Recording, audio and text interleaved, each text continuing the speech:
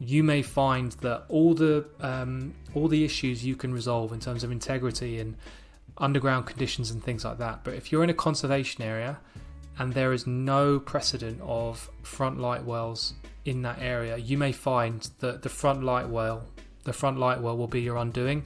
So do your research before that, because it's very expensive to get all these reports done. And if you fall on the hurdle of the front light well not being acceptable, then you've wasted all that time. Over the last 10 years or so, the construction of basement developments has become more and more of a contentious issue, particularly within planning. Property owners and developers were finding that they were getting restrictions placed on them, whether they wanted to go upwards on their property or backwards or whichever way to expand the footprint. So essentially what they decided to do was that they found a loophole within the general permitted development order that allowed them to go downwards. Now, because it was through the permitted development, it meant that the level of scrutiny into those developments wasn't very high. So in very small instances, the structural integrity of those basements was not sound, so certain developments actually collapsed. And what caused that was there was it became a political issue, and then planning essentially directed a lot more scrutiny towards basement development. So now you can absolutely do basements, there's no problem with that, but the level of scrutiny that goes into them now is a lot higher than it used to be, which is a good thing in my view if you're going to have them collapse all over the city. So it's an important context to know. So if you want to build a basement now, there are kind of three avenues that you can go down. First avenue available to you to build a basement is permitted development, but only if you are a single dwelling house. So if you're a 5-bed terraced house that hasn't been subdivided into flats, you can still benefit from PD rights to build a basement. However, you can only build a basement under the footprint of the building. So that's no use to people if they want to have kind of habitable accommodation under there, because you still need to build light wells front and back and have those accesses. So that's kind of how now basements have been controlled. You can still do it, you can still go downwards, but if you want to say build a basement to put a unit under there, like a new unit, you'll now need planning permission. Permitted development is still available to you, but now there are a lot more restrictions on what you can and can't do. And if you want to learn the 6 steps it takes to find value of your next property, click the link below to learn more. The second avenue available to you is applying for planning permission. Now in this case we're only talking about the extension of a dwelling house. So if the space that you're building, if it's only additional space to the dwelling house, then you apply for householder permission. Now normally with householder applications, they're only really concerned about things like design and amenity. So things like, are the materials acceptable, and also are there going to be any additional windows or anything like that that are going to impact on the neighbours, and is the internal environment going to be acceptable. With a basement development, it's kind of brought in, because of the level of scrutiny I've spoken about, it's brought in some additional issues that weren't around before. So you may now find that you may be asked to do this. So now that we're building basements, and I talked about structural integrity, you may now find that you need to submit a kind of an engineer's report demonstrating that the structural integrity of your basement is going to be okay. The other issue is that certainly in cities where there's a lot of underground constraints, you may find that you also need to submit a kind of statement showing that the underground conditions of the area of your site are not going to be impacted. So the type of the actual ground material itself, is that going to be impacted? You may find that the structural integrity of your basement is okay, but are you making wider impacts on this kind of surrounding geology of the area? So these are all issues that weren't there before, so the level of scrutiny is much higher. The third issue, which normally comes after, but may, depending on your authority, may well be considered within it, is the actual construction of the basement itself. I don't mean like the integrity that I spoke about, but how's it physically going to be done? How many traffic movements are going to be? Are there going to be lorries?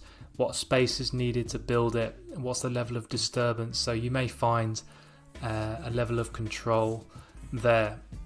So this is all kind of to prepare you, like if you want to build a basement, it's not just a straightforward planning process anymore.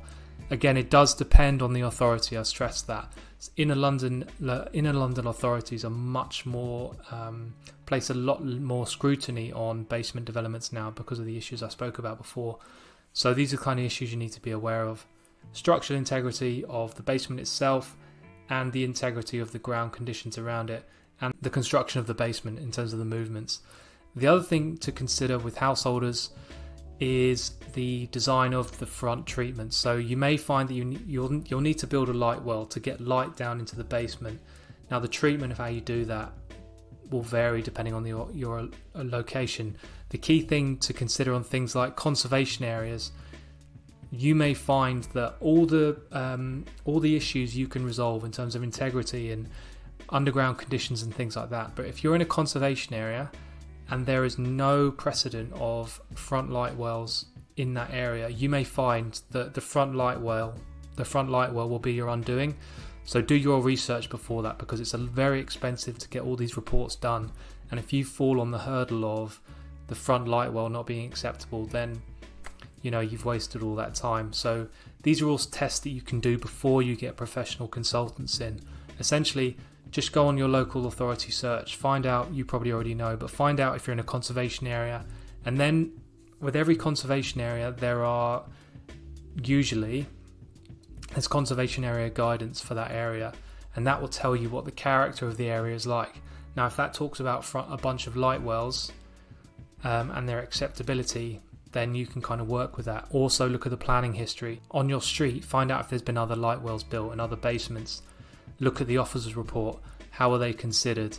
Did they have to submit all this other information with it? Then you'll kind of get a feeling as to how the local authority assesses light wells in your particular area. It can be very, very helpful. You can kind of take lines from the officer's reports to kind of show why your basement will be acceptable in your location, especially if there's been a basement done 2 doors down, say. So just be aware of all these issues. There are a lot more scrutiny now, which gets very technical and can be scary, but there are basic things that you can do within your planning research to kind of give you a fair warning as to whether or not you can build a basement from the outset. So do those things, check the planning history, check the conservation area guidance, and also check if there's planning policy particular to basements. Normally in central London or in other kind of dense locations, there will be policies on basements, and in there you'll get a feeling as to what level of scrutiny is going to be put towards it. It'll probably tell you what you need to submit in terms of reports. It'll also tell you what issues are, and the kind of the issues that you need to be aware of if you want to consider a basement. But if you take all those steps and you do that research, then you should be in a very good position to find out whether or not you can get permission for a basement, because you don't want to be getting refused. You don't want to be wasting all this time with the authority when there's no hope in hell. So just do that research first and you'll have a good understanding. So the third avenue available to you is applying for planning permission. What I spoke about before was a type of planning permission, but it's for householders, so it's called a householder application. Planning permission is used in instances of basements if you want to extend like a commercial premises, or if you want to extend it for residential purposes but to build a new unit. That's where planning permission comes in, and that brings other issues into it, which is why it's full and not householder. So all the issues that I've said already remain. So in terms of like the construction of the basement, the integrity of the basement construction, the integrity of the ground conditions around the basement, the type of construction that's needed in terms of movements and things like that. But if you're building a new unit underground, an additional report is probably going to be sought after, which is the main scuppering point for most people that consider basements. So I hope this gets to you in time, because a lot of people submit applications for basements. They have no idea what is required from them from the planning officer's point of view. So you're more than likely going to need to submit a daylight sunlight report, and essentially what that tells the council kind of does what it says on the tin, but it tells them whether or not there's going to be enough light in there. So they combine that with they combine that with, is there enough amenity space for that unit? Okay, you've got a basement unit, but does it have access to a garden or some sort of courtyard or some sort of acceptable amenity space that people can live there happily? And the other issue is daylight. So you may have access to amenity space, but does it have any sunlight or daylight? That's the big issue with basements. And obviously combining that with making a deep enough light well, and is that light well acceptable from a design point of view? Like, do you need to, in order to pass the daylight rules, Do you need to extend the light well 3 meters, for instance? So these are all things you need to consider. It sounds very technical. There are technical people involved, but the main one that you need to consider is, from before you get any planning professional involved, is the light well acceptable? Is the principle of abasement acceptable? And you can do that by checking the planning history of your local area, checking the planning policy, and also checking any guidance on conservation areas, because they may talk about light wells and their acceptability on them already. So basements do get technical for the reasons I've said, but there are big indicators that you can do from a non-technical standpoint that will kind of give you fair warning as to whether or not you can achieve abasement. Then it gets to the technical things, but at least at that point you have a fair understanding as to whether or not you can actually achieve it. It sounds silly, but getting through the technical part is probably the easy bit. Establishing the principle is the big bit. So if you can do all those steps, then you're in a really good position. So those are the avenues for getting permission for abasement. I know a lot of people get excited about the additional value of adding abasement to a place, but there are things that I've laid out in this video that will kind of get you through the first hurdle of finding out whether or not abasement is acceptable.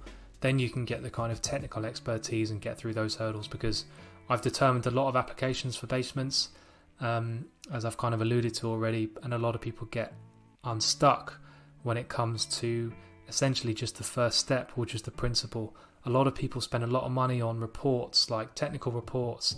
They're very expensive consultants, but then you get to the basic assessment of is a light well acceptable in this area? No. And then all this money is wasted on all these consultants. So hopefully this gets to someone in time, and you can do the research before you appoint anyone expensive,